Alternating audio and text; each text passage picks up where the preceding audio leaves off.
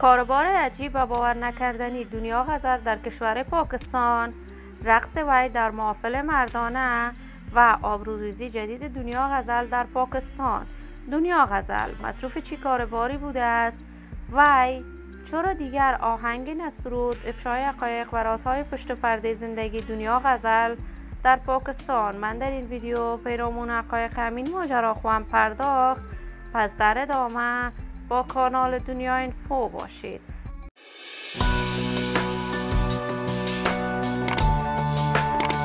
سلام و سلامتی نثار هر یک از شما همراهان خوب کانال دنیا اینفو.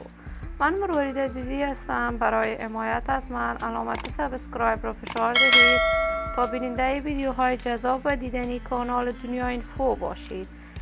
دنیا غزل هنرمند جوان کشور، یکی از چهره‌های محبوب و سرشناس در هنر موسیقی افغانستان بوده است. هرچند دنیا غزل در محافل مردانه می‌رقصید، اما هنرمند شد و آهنگ‌های سرود که مورد حمایت گسترده افغان‌ها قرار گرفت.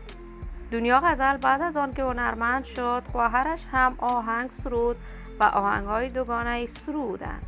دنیا غزل بعد از تحولات سیاسی حاکم در افغانستان مانند هزاران افغانی دیگر به کشور پاکستان پناهنده شد و می‌خواهد از کشور پاکستان به یکی از کشورهای آسیایی و اروپایی پناهنده شود، اما دنیا غزل به این آرزویش تا کنون نرسیده است. وی در کشور پاکستان دوباره به شغل قبلیش پرداخته است. در محافل پاکستانی ها میخواند و میرقصد که این کار وی باعث نقد شدید در صفحات مجازی شده است. هرچند دنیا غزل در پاکستان دیگر آهنگ جدید برای دوستداران و طرفدارانش نشر نکرده است، فقط مصروف صفحات مجازیش بالخصوص تیک تاک بوده است. ولی ما آرزوی خوشبختی و سعادت برای این هنرمند با جمع هنرمندان دیگر کشور از بارگاه عزت الله ازال تمنا داریم. در انتظار نشر تازه ترین برنامه ها از دنیا غزل خواهیم بود. دوستان و همراهان ارجمند کانال دنیا اینفو، نظریاتتان را در بخش کامنت با من شریک بسازید. این ویدیو را با دوستداران و طرفداران دنیا غزل به اشتراک بگذارید. برای حمایت هرچی بیشتر از کانال دنیا اینفو علامت سابسکرایب را فشار دهید تا ویدیوهای دیگر کانال من را از دست ندهید.